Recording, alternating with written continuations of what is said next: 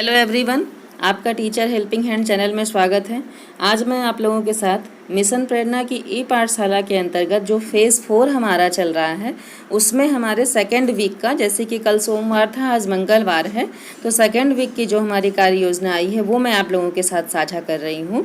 तो इसमें हमें देखिए कौन कौन से कॉलम्स बनाने हैं, इसको अब ध्यान में रखिए। लोग अलग अलग तरह के कॉलम्स बना रहे हैं, लेकिन हमें कुल मिलाकर ऐसा कॉलम बनाना है जिससे कि जब हमारे अधिकारी हमारा वीसी करें, वीडियो कॉल जब आए, तो हम लोग जो है उनके सारे प्रश्नों का उत्तर अपनी कॉपी को देखकर तुरंत दे पाएँ।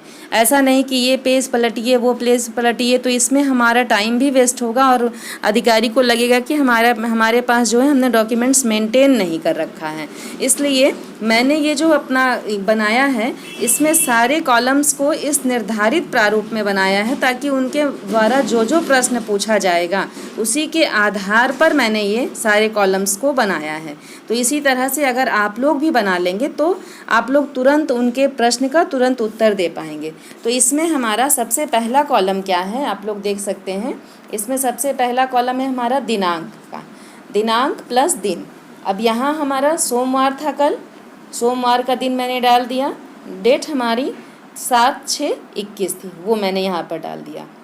अब 7/6/21 को जैसा कि जान रहे हैं आप लोग कि हमको बच्चों से बात करना है, बच्चों के अभिभावक से बात करना है, उनकी क्रिया प्रतिक्रिया क्या है ये भी हम लोगों को दिखाना है, बताना है, नोट करना है। तो इसलिए मैंने यहाँ पर बच्चे का नाम डाला है जिससे मैंने कल बात किया था। तो ये लड़की का मैंने नाम, जो हमारी छात्रा है उसका नाम मैंने डाल दिया। उसके बाद पिता का नाम उसके डाला है, उसका मोबाइल नंबर, क्लास ये 3 का मैंने बनाया है, तो ये कक्षा 3 का है।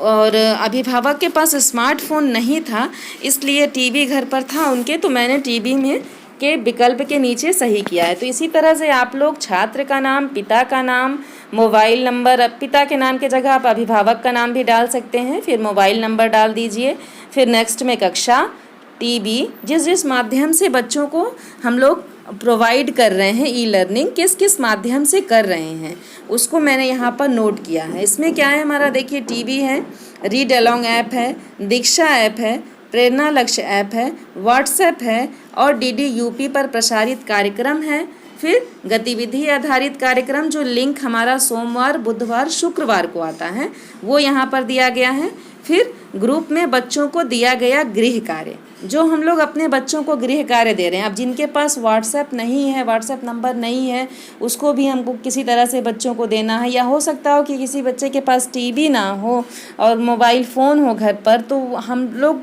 को सभी बच्चों को एक साथ लेकर चलना है। ये शासन की मंशा है, अब उसके अनुरूप हम लोगों को खरे उतरना है।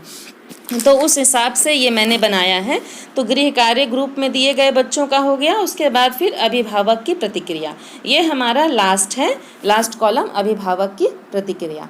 अब इसमें देखिए मैंने यहाँ पर स्टार्ट से दिखाया आप लोगों को कि दिनांक लिख दिया, छात्र का नाम लिख दिया, पिता का नाम लिख दिया, मोबाइल नंबर लिख दिया और उसके बाद कक्षा उनकी मेंशन कर दिया कि हाँ कौन सी कक्षा में है।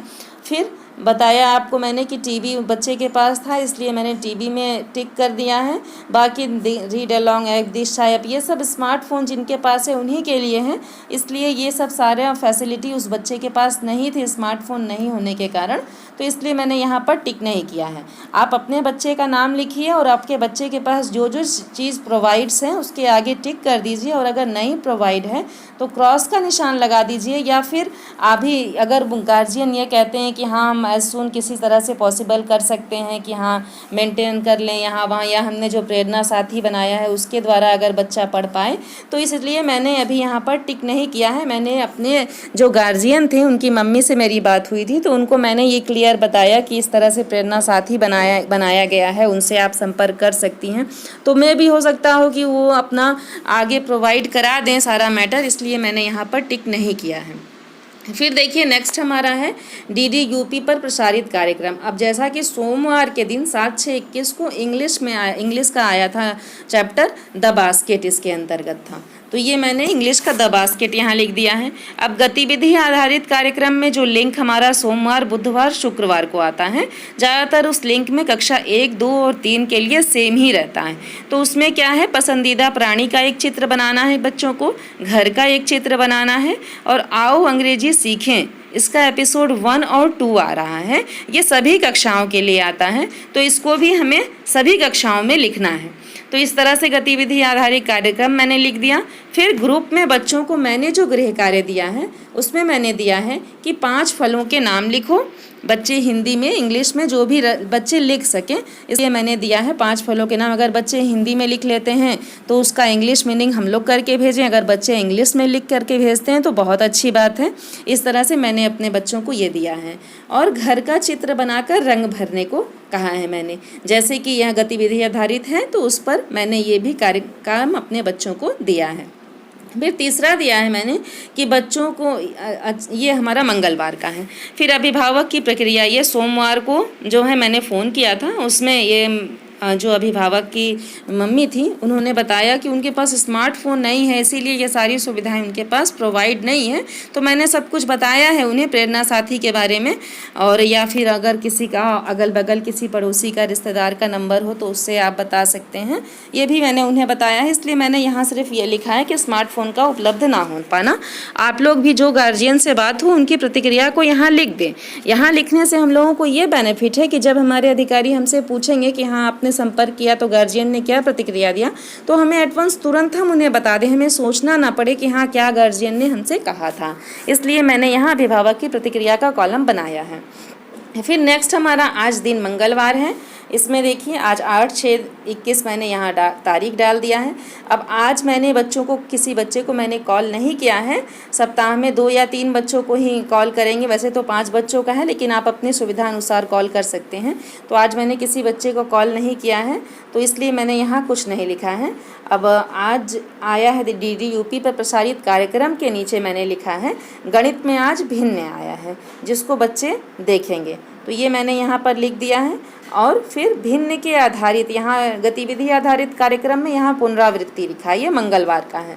तो जहाँ पुनरावृत्ति है सेम वही सारा था जो मंडे को आया है, वही ट्यूसडे को, सोमवार मंगलवार दोनों ही दिन एक ही काम करना है, इसलिए मैंने यहाँ पुनरावृत्ति लिख दिया है।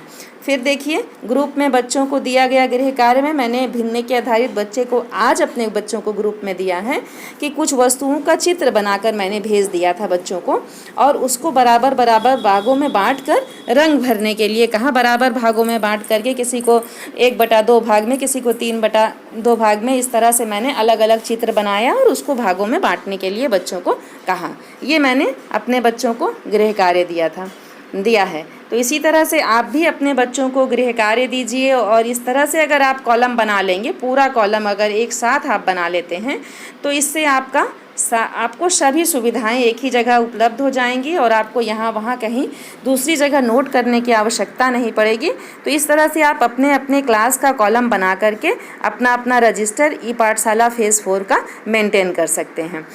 अगर आप लोगों को कुछ और भी जानकारी चाहिए, इसके बारे में कोई इन्फॉर्मेशन चाहिए, तो आप लोग कमेंट सेक्शन में लिखें, हम उसके लिए भी आप लोगों को बताएंगे कि क्या कैसे करना है। अगर आप लोगों को ये वीडियो हमारा थोड़ा भी हेल्पफुल आप लोगों के लिए होता है तो please like, share and subscribe करें। Thank you.